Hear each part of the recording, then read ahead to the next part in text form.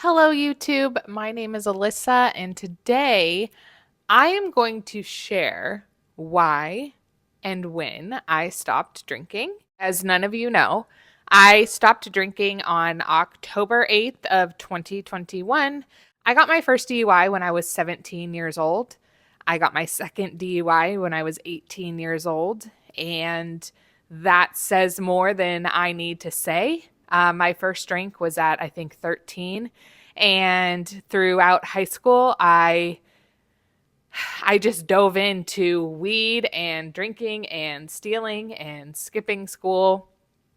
But we can talk about that another day. We're trying to have a second baby. My daughter was going to turn 1 in October, and we had tried for a few months, and I wasn't getting pregnant. I was in my room by myself, and I was thinking about the example I wanted to set for my daughter.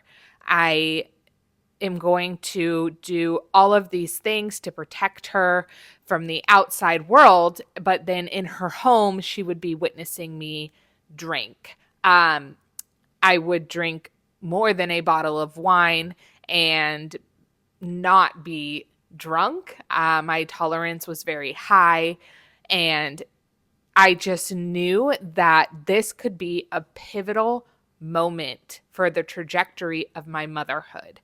Um, so I stopped drinking, and I ended up getting pregnant with my second, and we then found out we had to move across the country, and I was so fucking stressed, and I just got to a point where I kept telling myself, if you can just not drink, you're doing better than if you were drinking.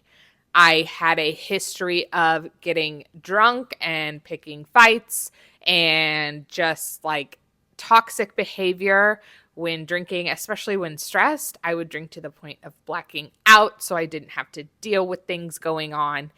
And so I just really was thinking to myself, like, if you're going to raise a daughter and you want to give her your best, you cannot do that hungover. You cannot do that drunk. You cannot do that when you're thinking about the next time you can have wine. You can either be a great mom or you can keep drinking. And I had to have a very hard internal conversation with myself about where I was going to go from right then and there. I started following accounts about sobriety. I read the book Quit Like a Woman. I had already read This Naked Mind, and I had all the knowledge I needed to make the right decision, but it was whether or not I wanted that betterment for myself first. Did I want to be better? Yes. Stop drinking. Go from there. It's not going to be easy. It's probably going to be hard, but it would be that way if you continued to make the choices you've always made. I had never been a mom before, so I had never been sober before by my own choice outside of court ordered sobriety, and it was just fucking time. I've stuck with it by the hair on my chin, the skin of my teeth. Uh, Being a mom away from all of my support with 2 young kids, a glass of wine sounds amazing all the time. But what doesn't sound amazing is the negative effects that are going to come with that.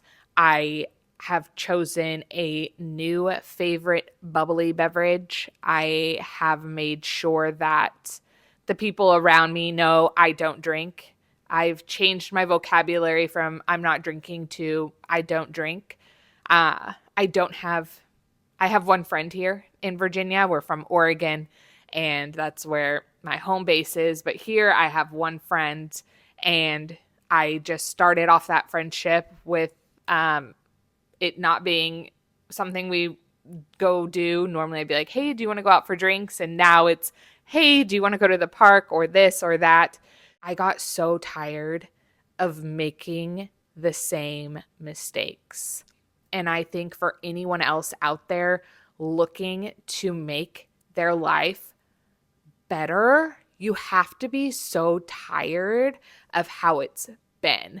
There's no life hack. Nothing, there's no hacks. Like, sure, there's a hack for your iced coffee, but there isn't a life hack for motherhood or sobriety or to be a good athlete or to be the best writer or producer or actor or actress. Like, the things that are really worth accomplishing have no hacks. And I think that's the hardest pill to swallow as you embark on a journey that is a life change, you know? Finally deciding that how things were can't be how they're going to be. And I just wanted to share that. So I've had an itch to share a little bit of my why. And with this, I hope other people feel less alone. The reason I've had an itch to create this video is because I struggled for a really long time with the mommy wine culture. And I thought for the majority of my life that having a photo with a Four Loko or a glass of wine or beer in my hand like was shouting out to the world that I'm having a good time. And now when I log on to Instagram, I no longer follow accounts like that. When I get on YouTube, I don't watch videos about someone pouring an entire bottle of wine into a cooler and then going to a soccer game. Wouldn't want my daughter to ever find a video of me pouring alcohol into something and then getting in the car and then driving to her soccer game and then drinking and then getting back into the car and driving her home. And so I think I need to be louder about my recovery in order for other people to not feel like they are alone. And so moving forward, I'm going to continue sharing. I think I'll wrap that up. Thank you for coming. Thank you for being here. And I hope you stay the whole time.